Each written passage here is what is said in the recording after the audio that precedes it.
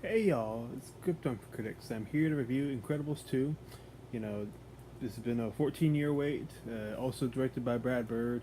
Starring Craig T. Nelson, Holly Hunter, Sarah Vowell, Samuel L. Jackson. This time they included Bob Odenkirk, Catherine Keener. They brought back, Jonathan Banks, and they got Huck Miller.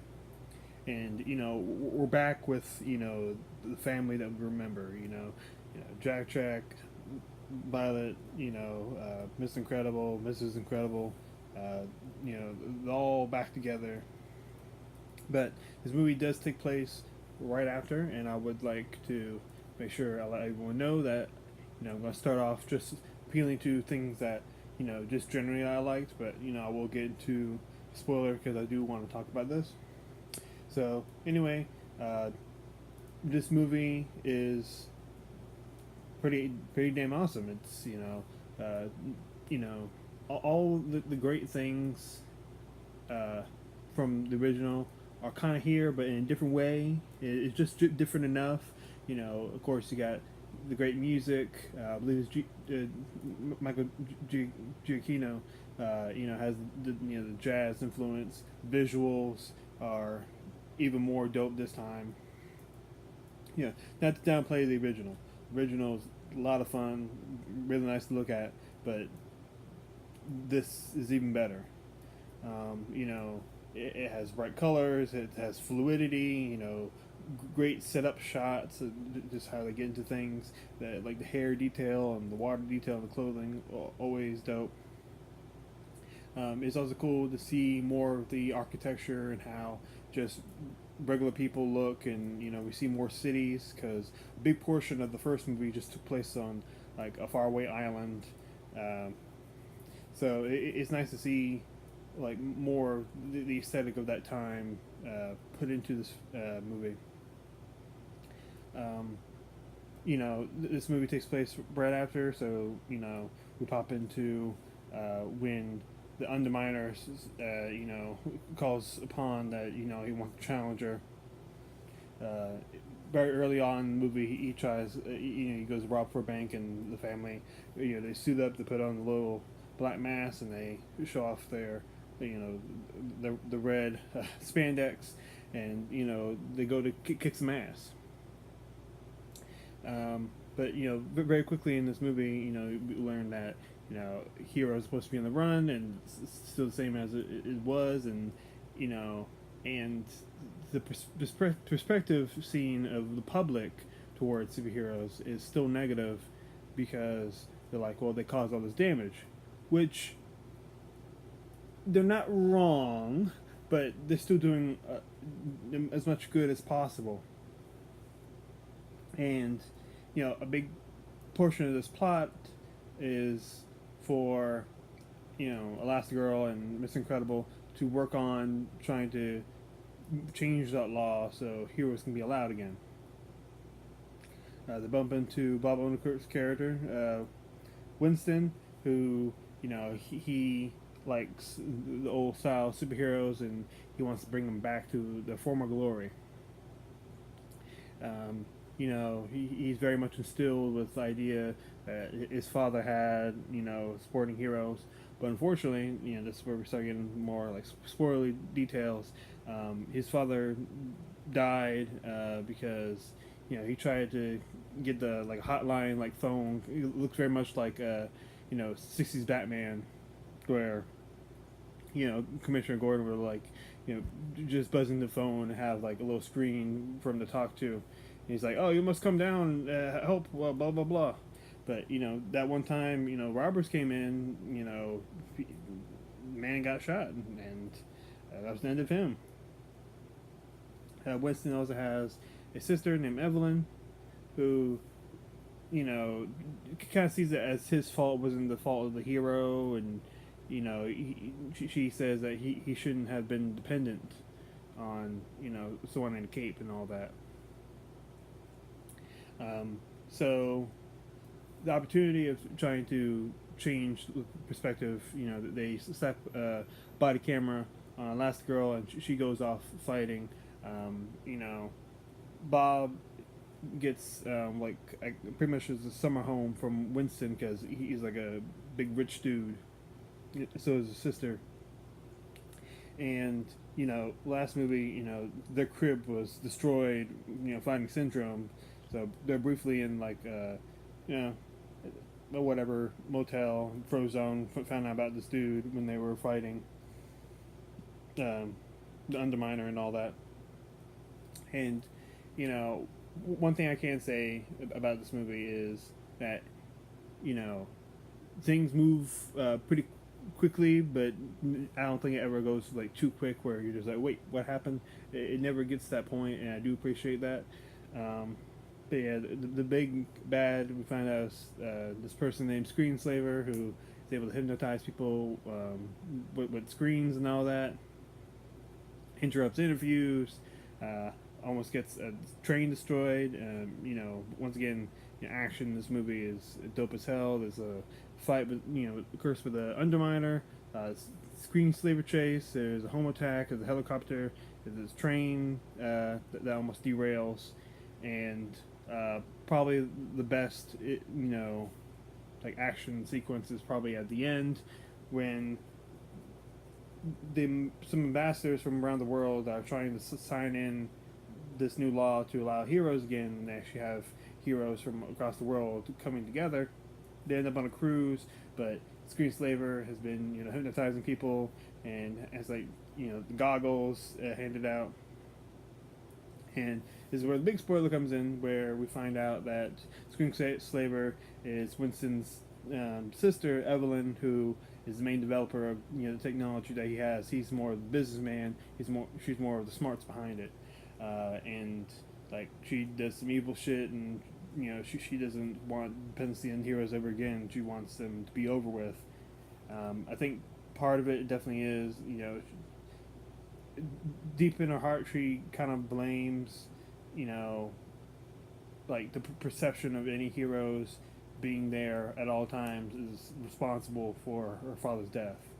Um, the belief that they will come at any time and save the problem is a foolhardy one. But at the same time, sometimes if there's not enough, or sometimes you can't get there fast enough. Sometimes people just die, and it's sad, but it does happen. It's like anything else. Now, Jack in this movie displays a bunch of powers. Some powers it was didn't even know he was going to have, but it was cool to see. All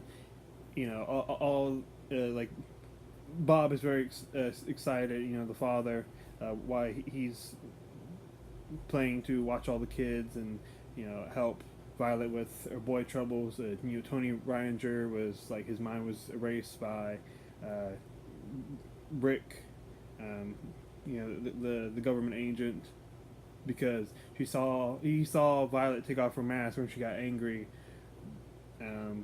like while they were trying to take down the Underminer. Which I love seeing different films take on another character's perspective. I'm definitely a sucker for that. I enjoyed it in it was Jackie Brown, and I enjoyed it in the movie Dope. Just seeing how someone else saw the same scenes that took place. But yeah, like throughout this movie, I agreed a lot with Violet. She was very much against her mother trying to take this ideal, by breaking the law. And she has a problem trying to get back with the boy she likes. And she was even going to be aware that his mind was just completely erased. And like Bob tries to make her feel better, so he like takes her, the whole family except for the mother who's out, kicking ass and all that, taking names. And it just takes her down to the restaurant where Tony Reininger is like a waiter there, and water like just spews out of her nose, just like she was like so nervous sounds so expected, and she was just so embarrassed, and I felt bad for her. I just like, oh wow, just like damn, you know, that was a moment in the movie where I quickly forgot I was watching a kids like family film, and I felt like I was watching a real character react to a situation like that. Um, I like seeing the new like different heroes come in. They had all their little quirks, and they're all fun to see. Um, it's always fun to see like the cartoon dad like get like metaphorically like crapped on. He gets beat up a few times.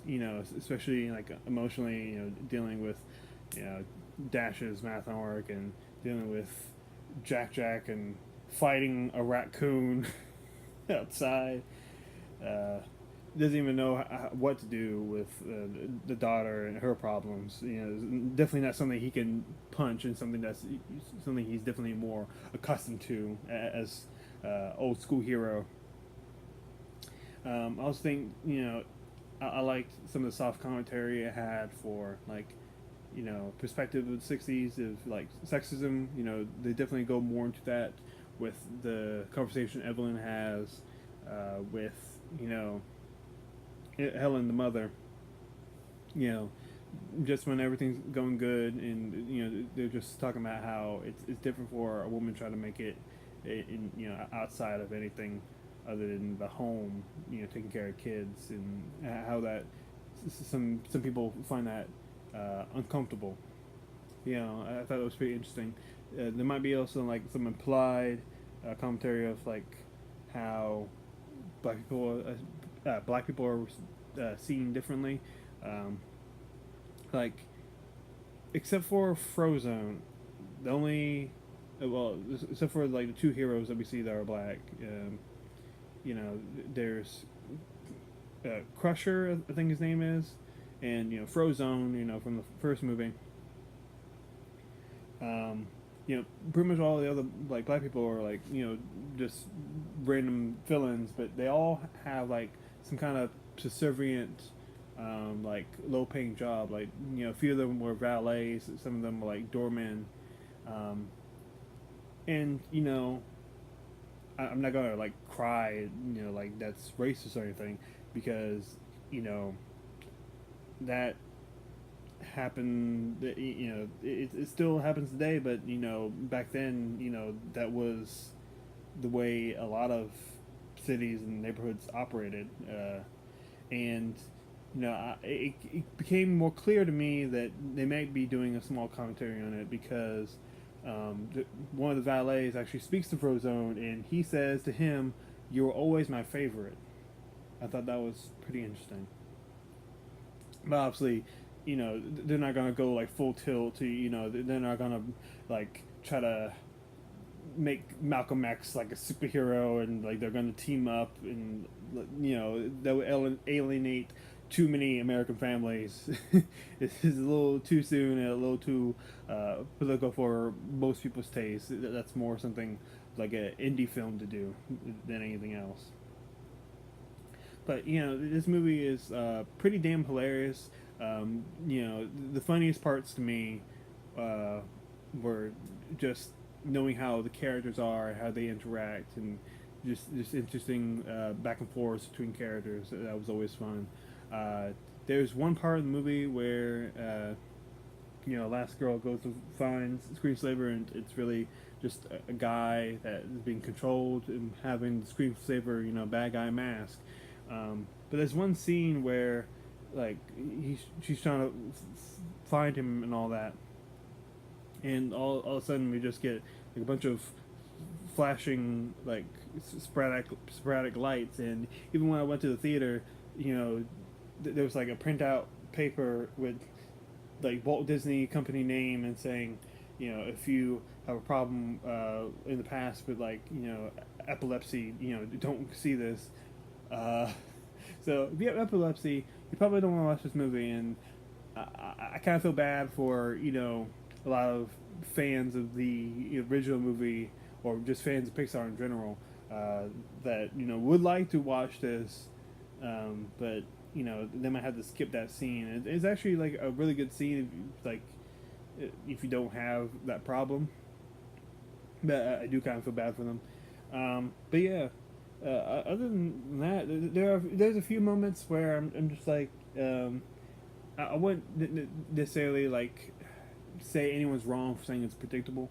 I was expecting either Winston or Evelyn to be the bad guy, like pretty much as soon as I saw them. But um, the way they start portraying the characters, I can understand their point of view. It's not so much like I full on like have like huge amounts of sympathy. It's not like uh, they're not like a character like Killmonger is in Black Panther, but what it did, did enjoy. I may have to watch it a few more times if I'm gonna decide if I like Screenslaver more than Syndrome. Um,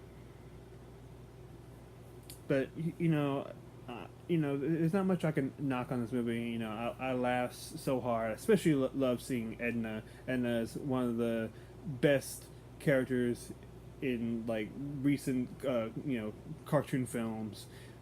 Just seeing her interact with the baby was freaking hilarious. I could have died right there, just happy. Um, but yeah, great action. Great heartfelt like family moments.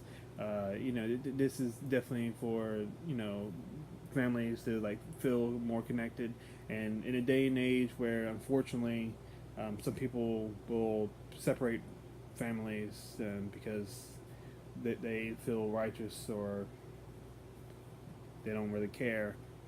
This is the great reminder to everybody that you know families are best when they love each other and they work out any problems that they can, if they can.